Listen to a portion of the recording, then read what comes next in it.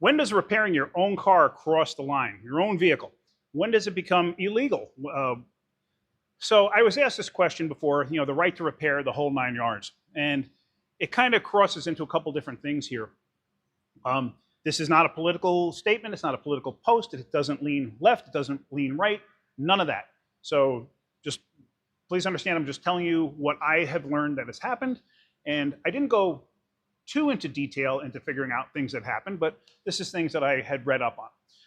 So recently, the President of the United States, he pardoned some people from up in Alaska who had gotten arrested and were doing jail time for making EGR deletes, DEF deletes, programming, turbo boost, injector timing, stuff like that for diesel trucks.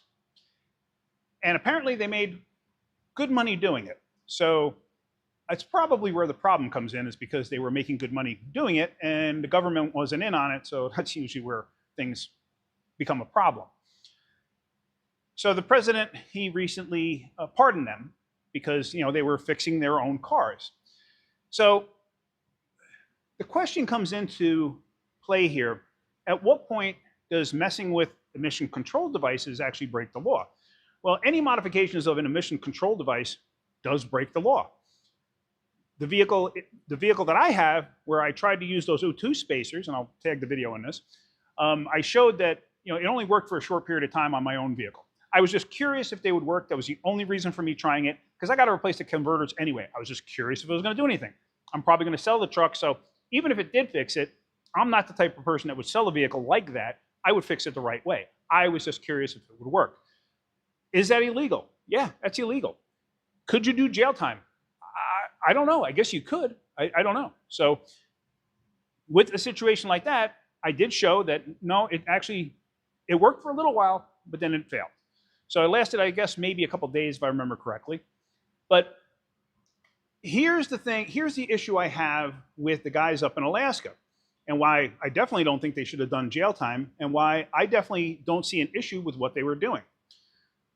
Now, you have the DEF systems, okay? When you're up in Alaska, you're dealing with below zero temperatures at times, depending on where you are. And if you're driving freight in a tractor trailer from one point to another, and your DEF system fails for whatever reason, it fails, like the system picks up, a sensor failed, your vehicle can go into a limp mode, okay?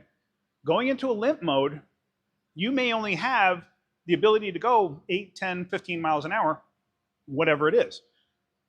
Now think about that for a second. You're out in the middle of nowhere up in Alaska, and you can only go so fast, and you're below freezing outside. That could be dangerous. I don't think that vehicles should have that ability to basically leave somebody stranded, okay? I don't think that they should be able to shut the vehicle down and reduce power and everything else while they are driving it. I think that once it reaches a certain point and it gets shut down and then restarted, or it gets to be idle for quite a long period of time, like obviously they're in a position of resting, maybe parked overnight or whatever, at that point, yeah, because they're obviously in a safe place where they're in a spot where they're resting. There should be some kind of an override, in my opinion, to where you could say, hey, I need this thing to keep working, but there should be a limit to it. That's just my personal opinion. So, but then again, I'm sure you've all seen it, where you got guys with diesels that, go ahead and roll coal, and you see that black soot come out of the exhaust pipe. I don't agree with that. I don't think people should do it. I do believe we should save the environment. But how is that any different than a burnout competition? You've seen those too, where, the street takeovers, let's say. I don't agree with that one bit. That shouldn't happen. But you've seen those burnout competitions where guys go, girls go into an area and they purposely do burnouts up and down, and there's like billowing clouds of smoke. Sometimes you can't even see the car. The car is at full throttle. Sometimes the engines explode, transmissions explode, stuff like that. What's the difference between all of that smoke being put out into the atmosphere and when a diesel's doing it? Like, I don't know. I don't get it. So it's like, certain things are okay, but certain things are not okay. Like I said, I don't believe a vehicle should be able to leave you stranded. And the way the programming is on vehicles now, yes, it can. It can leave you stranded. Normally, when you have a situation of some kind of a failure of like the DEF system in itself is not going to leave you stranded if it fails, but the programming in the vehicle will leave you stranded, okay?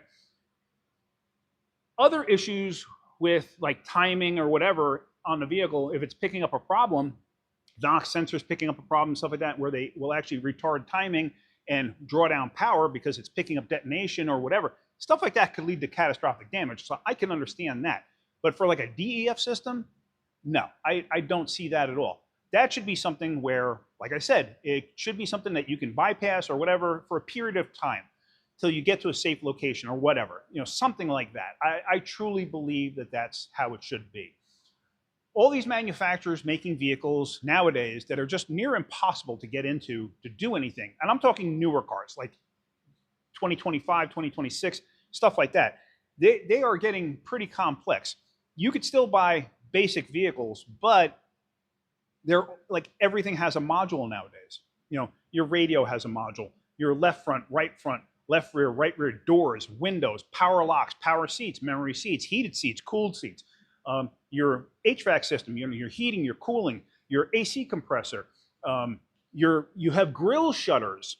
For those of you that don't know what grill shutters are, inside you have shutters that actually close to allow the vehicle to heat up faster, but it also changes aerodynamics on a vehicle too, slightly. So you don't have the air flowing through and slowing the vehicle down. There's a couple different reasons for those shutters, but everything has a module. Everything, your sunroof, your lift gate, your muffler probably has one. As a matter of fact, I'm sure that some of those that have tuned exhausts have some kind of a module to control it. Your OnStars, your different types of Wi-Fi connections, all that stuff, your instrument cluster, your glove box, there's just so many different things that have modules, so many different things that are controlled. And to me, it's at a point of ridiculous. It really is.